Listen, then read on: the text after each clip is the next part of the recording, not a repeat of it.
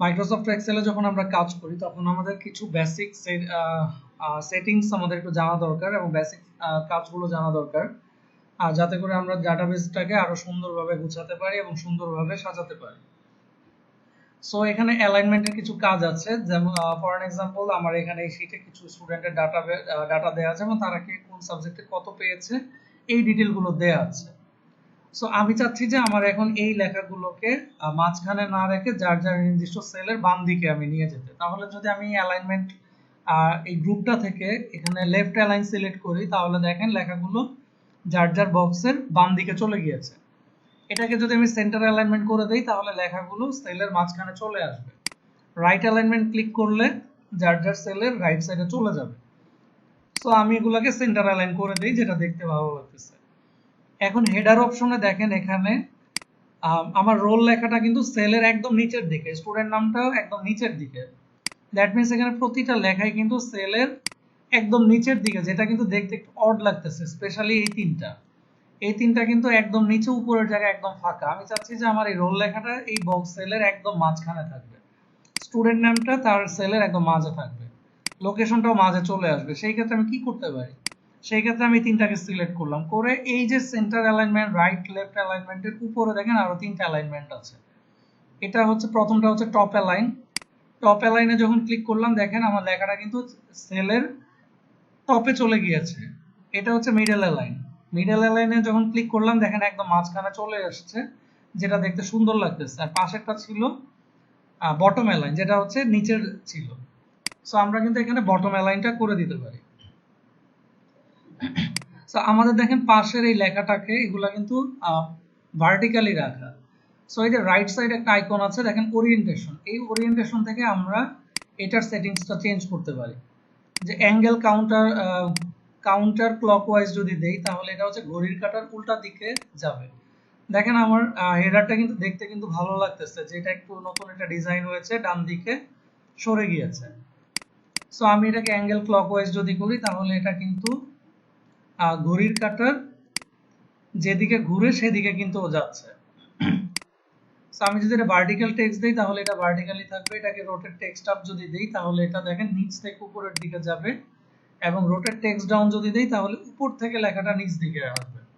So এখন আপনি কি রাখবেন সেটা হচ্ছে টোটালি আপনার চয়েস। আচ্ছা আমি ধরেন এখানে কাউন্টার ক্লকওয়াইজ রাখি, তাহলে আমার কাছে ভালো লাগতেছে, এটা সুন্দর লাগতেছে। এখান থেকে কিন্তু আমরা টেক্সট গুলাকে বিভিন্ন অ্যাঙ্গেলে আমরা রাখতে পারি। সো এই রোলের এটাকেও আমি যদি চাই এটাকেও আমি একটু কাউন্টার ক্লকওয়াইজ করে দিতে, তাহলে দেখেন এটাও কিন্তু একটু কাউন্টার হয়ে ক্লকওয়াইজ হয়ে গিয়েছে। তো আমি এটাকে যদি কাউন্টার ক্লকওয়াইজ দিই দেখেন আমার হেডার অপশনটাই কিন্তু এখন পুরাটা কিন্তু একটু কার্ভ হয়ে গিয়েছে। সো মনে হচ্ছে যে এটা একদিক থেকে কাত হয়ে এটা নিচের দিকে নেমেছে। সো আমি এটা এভাবেই রাখলাম, যদিও আসলে প্রফেশনালি এভাবে আসলে ইউজ করা হয় কম। সো এখান থেকে আমরা টেক্সটের ওরিয়েন্টেশনটা আমরা সিলেক্ট করতে পারি। সো এখন আসি একটু র‍্যাপ টেক্সটের দিকে। ধরেন হচ্ছে আমি এখানে আমার নামটাই লিখি, যে নাসের আহমেদ, এই সেলে আমি আমার নামটা লিখলাম। দেখেন আমি যখন আমার নামটা লিখলাম এটা কিন্তু আমি যদি এখান থেকে একটু টানি, টেনে জায়গা করি, দেখেন এটা কিন্তু অনেক জায়গা নিয়ে আছে। এখানে দেখতে পাচ্ছি এটা কিন্তু পাশের সেলেও কিন্তু অনেক জায়গার উপরে গিয়েছে। তা আমি চাচ্ছি যে আমার এই সেলেই লেখাটা র‍্যাপ টেক্সটে যদি দেই তাহলে দেখেন ও কিন্তু ও জায়গা করে নিয়েছে এবং একটা সেলের মধ্যেই কিন্তু ও ডাবল লাইনে হয়ে গিয়েছে। ওকে যদি আমি আরেকটু চাপাই দিই তাহলে ও তিনটা লাইনে হয়ে যাবে। ওকে যদি আমি আরো চাপাই তাহলে ও ভেঙে নিচের দিকে চলে যাবে। র‍্যাপ টেক্সটের কাজ হচ্ছে একটা নির্দিষ্ট জায়গার মধ্যে আমার লেখা যত বড়ই হোক এটাকে ভেঙে জায়গা করা। আরো যদি একটু ভেঙে এক্সাম্পল দিই, সেটা হচ্ছে আমরা খাতায় যখন লিখি, আমাদের খাতায় যখন আমরা সেন্টেন্স লিখি, আমাদের খাতায় লিখতে লিখতে যখন ডান দিকে আমাদের খাতা শেষ হয়ে যায়, কাগজের বর্ডার লাইনে চলে আসি, তখন আমরা সেন্টেন্সটাকে কি করি, ভেঙে নিচের লাইনে নিয়ে আসি।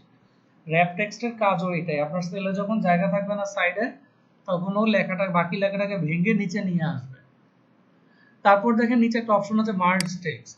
আমার দেখেন এখানের উপরের নামটা যখন লিখেছি এখানে আমি যদি কালার করি তাহলে দেখেন এটা কিন্তু আমার লেখাটা কিন্তু দুইটা সেলে চলে গিয়েছে। আমি যদি আলাদা আলাদা কালার করি তাহলে আমি বুঝতে পারবো এখানে চারটা কালার, কিন্তু আমার লেখাটা কিন্তু একটা সেলেই। সো আমি চাচ্ছি এই চারটা কালার মিলে, এই চারটা সেল মিলে একটা সেল হবে, সেই ক্ষেত্রে আমি করবো মার্জ। মার্জ যখন করে দিলাম, দেখেন এই পুরো চারটা সেল মিলে কিন্তু একটা সেল হয়ে গিয়েছে। আর তো আমরা কিন্তু এই মার্জটা করে আমরা লেখাটাকে সুন্দর করতে পারি এবং ফরম্যাটিংটা সুন্দর করতে পারি। সো আমি যদি এখন আনমার্জ সেলস দেই, তাহলে দেখেন এটা কিন্তু আনমার্জ হয়ে গেল, মানে এটা কিন্তু এখনো মার্জ করা নাই। সো আমি আনমার্জ করে দিলাম। সো মাইক্রোসফট এক্সেলে যখন আমরা কাজ করব, তখন আমাদেরকে এই বেসিক সেটিংস গুলো জানতে হবে, কারণ এই সেটিংস গুলো আমাদের সব সময় কাজে লাগবে। সো আশা করি সবাই বুঝতে পেরেছেন।